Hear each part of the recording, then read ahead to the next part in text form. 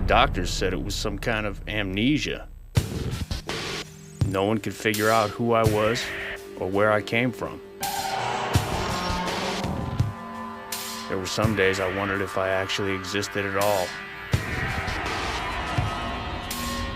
All we had to go on were the tattoos. Somehow, they were the key to the person I was. And from the looks of them, you'd think I was a nasty piece of work. I was beginning to think I'd never discover the truth. Then, the truth just kind of waltzes in through my door. Guy's name was Calypso. He ran this contest. He tells me he can clear everything up. I tell him to get lost before I break his freaking neck. But then he shows me this picture. Me, in a suit, all nice and neat, like I was actually someone important. He said there was this whole life just waiting for me. All I had to do was win his contest. How could I refuse? Now I had a chance to get the answers I needed. Let's face it, who wants to spend the rest of their life as a nobody?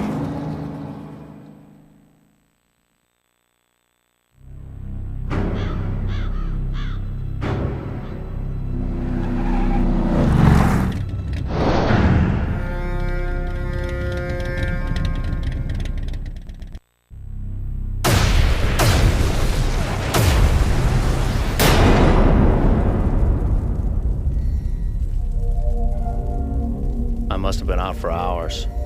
At first there was just darkness, but then I started to see things. Bad things. I remember now. I ran with this gang. At first we were small time. Random beatings, robbery. We were nobodies. So we came up with a plan. The bomb was choice. Freaking huge.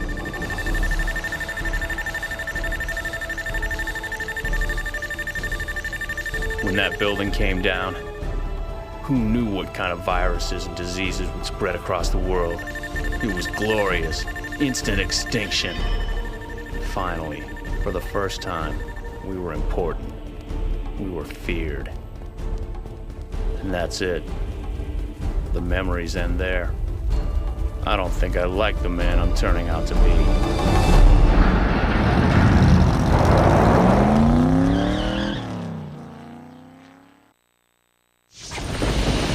Violation of Midtown City Code 4432. Step out of your vehicle and surrender peacefully.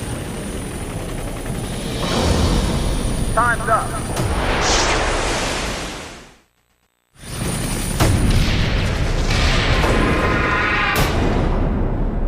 I'd won the contest. Now it was time for the truth. I went to see Calypso. Hopefully he would know who I was. He did. Jesus, I was FBI.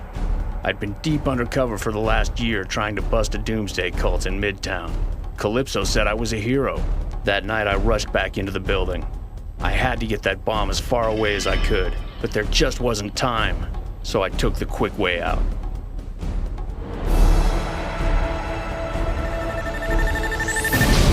The explosion knocked me out. Now I remember. I am a hero. A hero undercover agent standing in front of number 2 on the FBI's 10 most wanted list. In other words, a dead man. Calypso thanked me for being such a great contestant. Then he said goodbye. I remember now. I have a family. God, I was just starting to remember.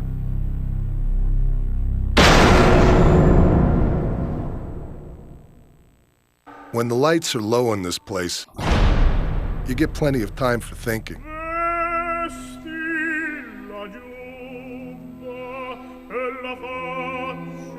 It beats the alternative, listening to the screams that come from every direction.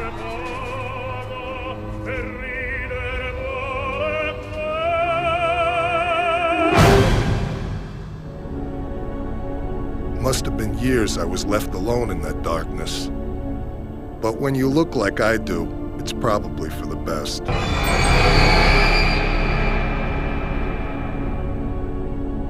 My life was over.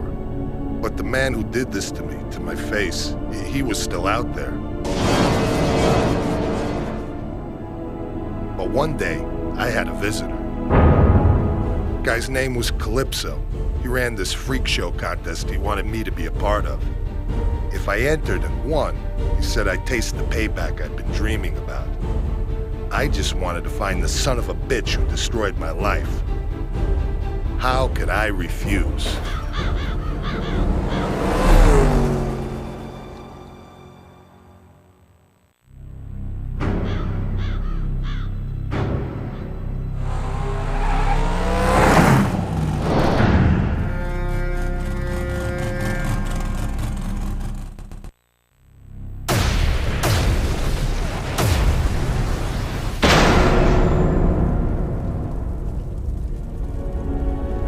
In the nut house, I was always drugged up. I never thought about what happened to me, but now that I was out, I couldn't stop thinking about it. I was a boxer. You never heard of me. I was strictly small time. One night, I went up against this hotshot fighter from out of state. I never even saw him coming. I got tore to pieces before the end of the first round. My jaw was shattered. My nose was broke. I was a mess. And some of the guys from the gym said they knew this surgeon who could fix me up, good as new. Maybe there were better doctors in town, but none that I could afford. Besides, I'd heard this guy was a big fan of the fights. Too bad old Doc made the mistake of betting on me that night. $20,000, McCutcheon. $20,000 I lost on you tonight. As I went under, all I could hear was the scraping sound of the Doc's blade and this blaring opera music he played while he worked.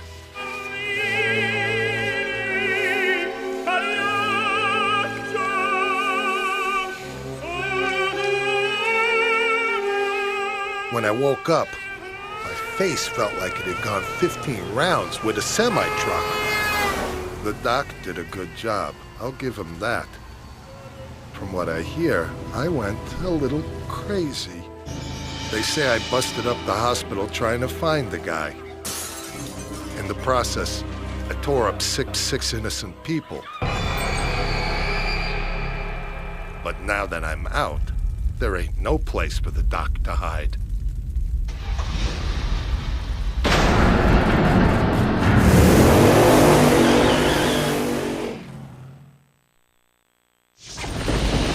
Violation of Midtown City Code 4432. Step out of your vehicle and surrender peacefully.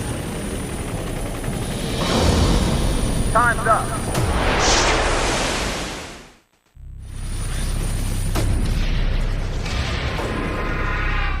So what do you know? I was the winner. Calypso's contest was over and I was the champ. And true to his word, the man delivered the goods. I got my prize. He even had a special bonus lined up for me. It fit perfect, like we was meant to be together. I had seen fear in a man's eyes before, but this was different. This was special. I think that doctor, he knew payback was going to be brutal. It's funny, after all these years, I still got some snap in that left hook of mine. You know, that was the first time I ever knocked someone out with one punch.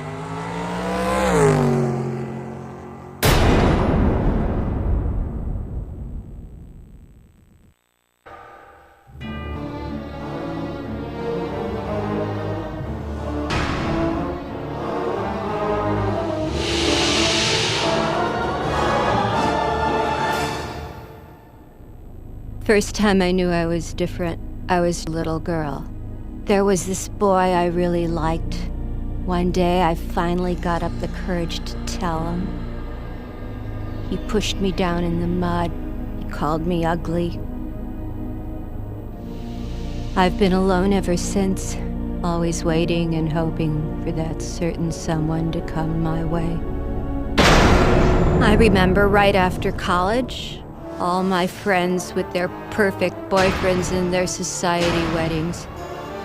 Every time one of those bitches got hitched, I'd freak. Eventually, they had to put me on meds just to calm me down. But then one day, in the asylum, I had a visitor. The gentleman's name was Calypso. He said if I won his game, I'd never have to be alone again.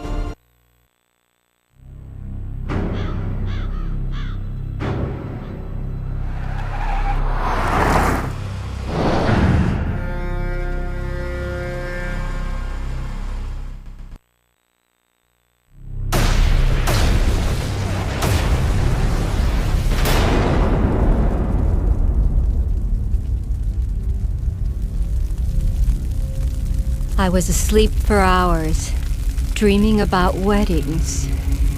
In fact, one very special wedding. I was one of the bridesmaids as usual. My friend Kristen, she was the one getting married. Can you believe what she did? She actually had the nerve to throw the bouquet to me, that little bitch. Looking back, I'm not sure it was such a good idea to come off my medication. Mary, Mary, quite contrary. You're just an ugly fat cow.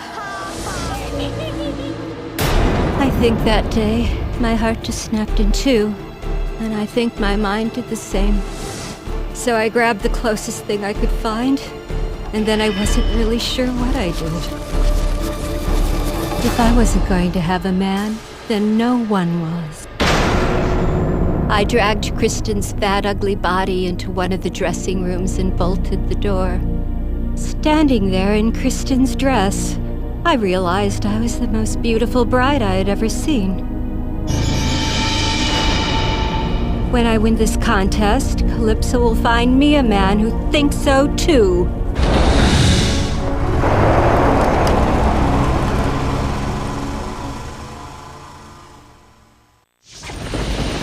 Violation of Midtown City Code 4432. Step out of your vehicle and surrender peacefully. Time's up.